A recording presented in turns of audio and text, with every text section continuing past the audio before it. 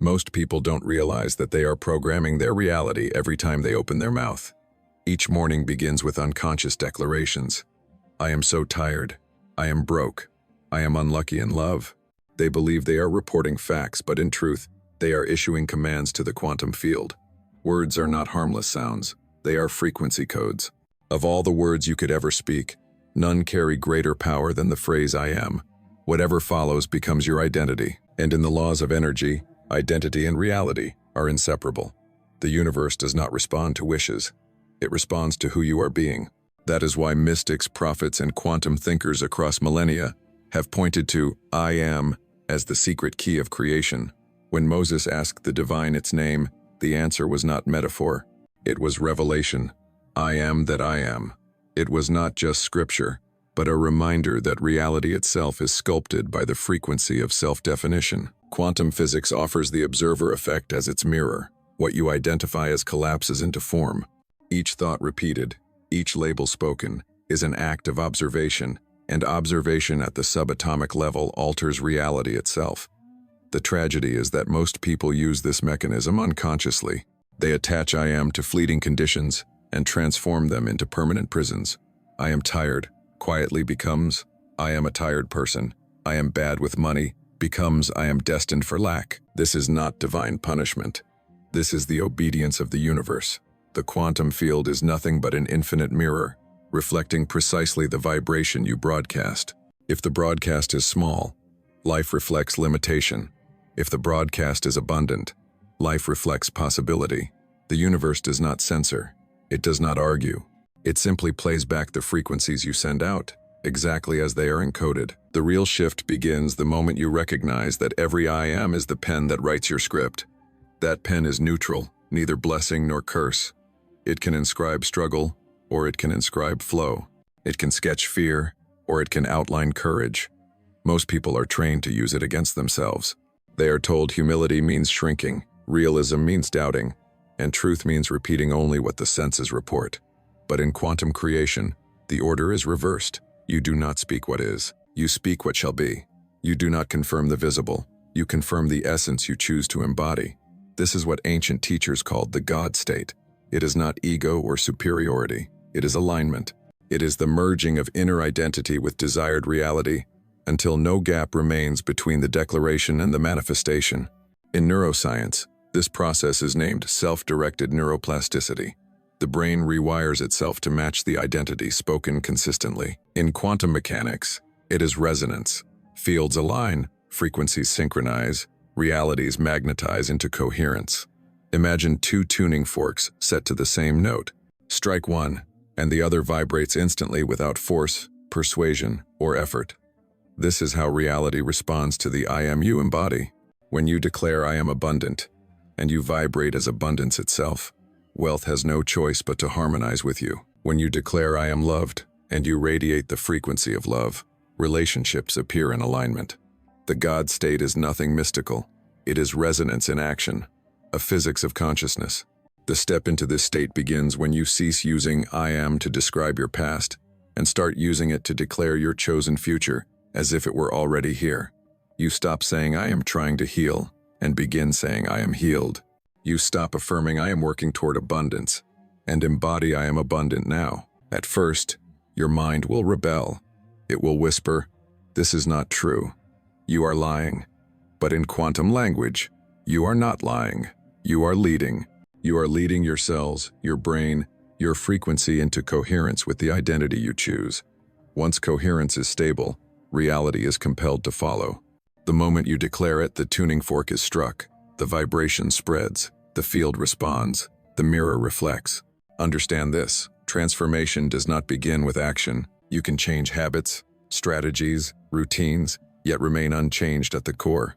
Without identity shift, new actions run on the same old motherboard.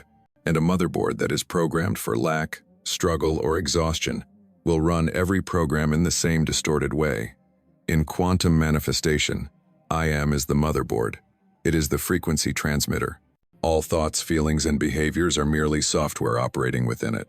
If the transmitter shifts, everything downstream evolves. If the transmitter remains, all else is cosmetic. That is why your words matter. That is why your self-definitions matter, because the two words I am are not simply grammar. They are the codes that summon worlds into being. Saying I am with full awareness and intentionality is not just a habit of positive thinking. It is a direct act of rewriting the motherboard of your reality. Neuroscience calls this identity-based habit change. Dr. Joe Dispenza emphasizes that when you consistently think and feel from a future identity, your brain doesn't wait for proof. It immediately begins building new neural pathways as though that future is unfolding right now. Bruce Lipton, through his groundbreaking work on epigenetics, reveals that your beliefs, your internal I am declarations, directly influence your biology, literally switching genes on or off depending on the frequency you sustain. And in the language of quantum physics, David Bohm's concept of the implicate order reflects this truth perfectly. The unseen blueprint, your identity, is what determines the visible unfolding of your life. Your outer world is only a mirror of your inner declaration of self. But here lies the challenge: your subconscious mind is not easily persuaded. If for years you've been affirming to yourself, I am unlucky, I am not enough, I am always struggling, these phrases become programs running silently in the background. They are like background noise in your vibration, constantly broadcasting to the quantum field. This is who I am. Send me confirmation. And because the universe is obedient, the field always delivers proof of that identity. This is why simply layering new affirmations on top is not enough. If the old subconscious broadcast remains dominant, it will override your inspired declarations. Imagine someone who has said for years, I am bad with money. Even if they affirm I am wealthy every morning, the dominant program wins. The field does not respond to brief bursts of inspiration, it responds to the steady hum of your most practiced identity. So the work of transformation is twofold. First, you must weaken the power of the old identity by catching and interrupting it the moment it arises. Second, you must consistently embody the new one until it becomes your default broadcast. One of the most powerful yet overlooked tools for this is conscious interruption. The next time you hear yourself say, I am tired or I am broke, pause. Don't force a hollow positive that your body rejects. Instead, shift into a statement that feels neutral yet aligned, like I am restoring my energy, or I am learning to manage money with ease. This may seem small, but energetically, it is monumental. It interrupts the old frequency without creating resistance, giving your subconscious a new track to follow. With practice, you elevate these softer statements into the God state. I am vibrant. I am wealthy. I am a magnet for abundance. And here is why this works so swiftly when applied with coherence. Each time you choose a new I am, you are collapsing a different possibility in the quantum field. In the famous double-slit experiment, particles changed behavior when observed, not because the observer touched them, but because observation itself carried influence. Your self-perception operates the same way. The moment you observe yourself as already being the version you desire, the particle of your reality begins to shift accordingly. This flips the whole process of manifestation. Most people wait for proof before they change their identity. But in quantum creation, proof is always the last to arrive. The first step is your declaration. I am loved. I am abundant. I am powerful. When you authorize yourself to embody this identity, the field aligns with your authority. What's even more remarkable is that the God state reinforces itself once you step into it.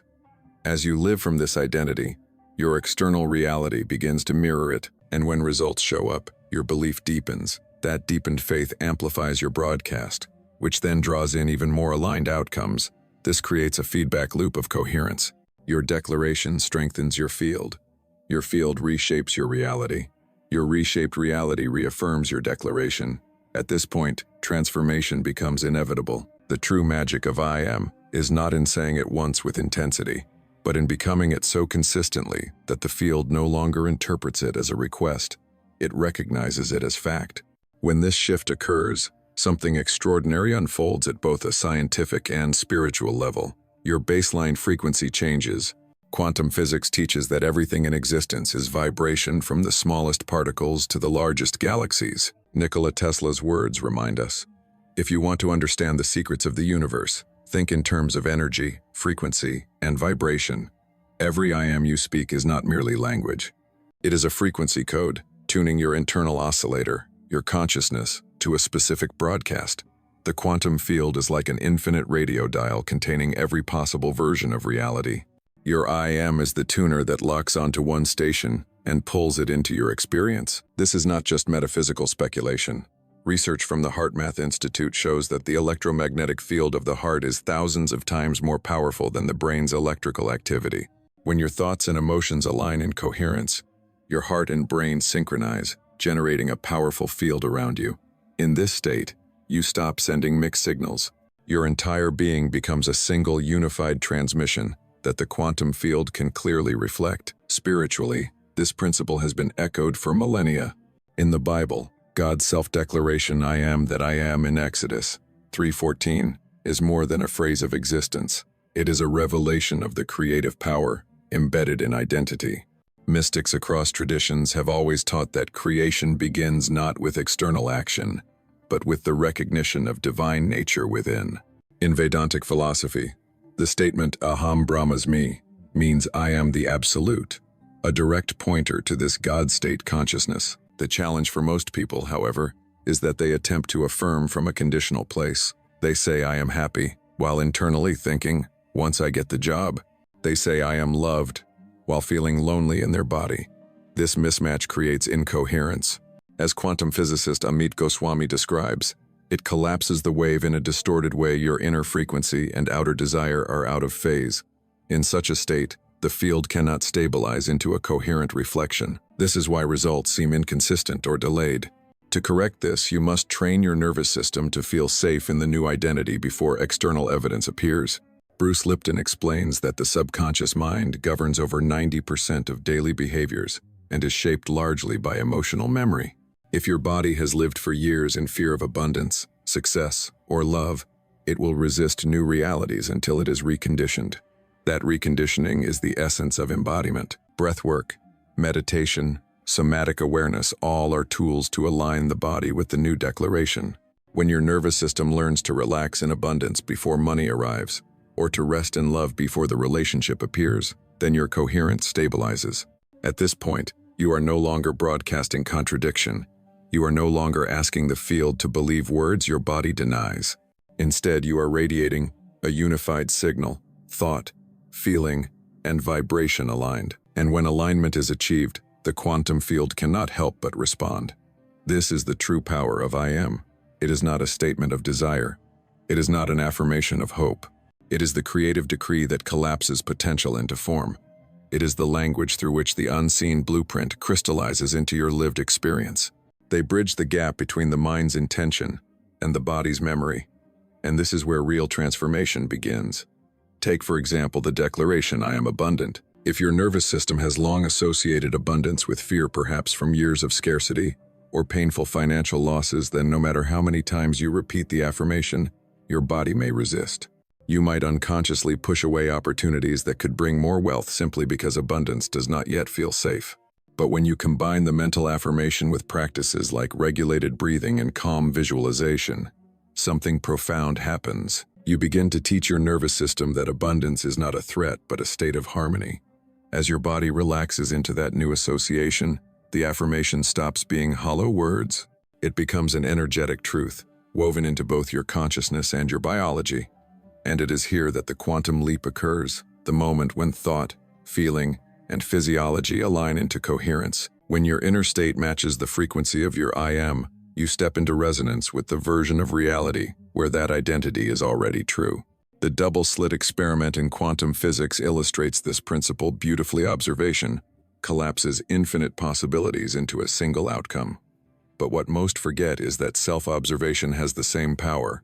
The way you see yourself determines which version of you solidifies in the field. When you perceive yourself as the one who already is, reality has no choice but to match. The God state doesn't trick the universe. It aligns you with the universe's recognition of your wholeness. It removes static and interference, leaving only the clear, undistorted tone of your chosen identity. In this clarity, creation accelerates, and what once seemed distant begins to arrive with ease. And yet, this is not the final destination. The God state is not an end, but a doorway, an opening into deeper co-creation with the field itself. You are not only tuning into an existing reality, you are sculpting it in collaboration with universal intelligence. This is why I am must move beyond morning rituals or fleeting affirmations. It must become your lived identity, carried into every moment of your day. Consider how easily identity shifts your presence. Walk into a room thinking, "I am invisible," and your posture shrinks, your tone softens, your energy dims, and people respond accordingly. But step in with "I am magnetic," and your very field expands before a single word is spoken. Embodiment is not optional. It is the activation switch that determines whether your affirmation remains theory or becomes tangible life. To stay anchored in the God state, practice a simple 3-step loop. Step 1. Pause before you act or react, giving yourself space to consciously choose an I am that aligns with the reality you desire. Step 2. Feel it in your body.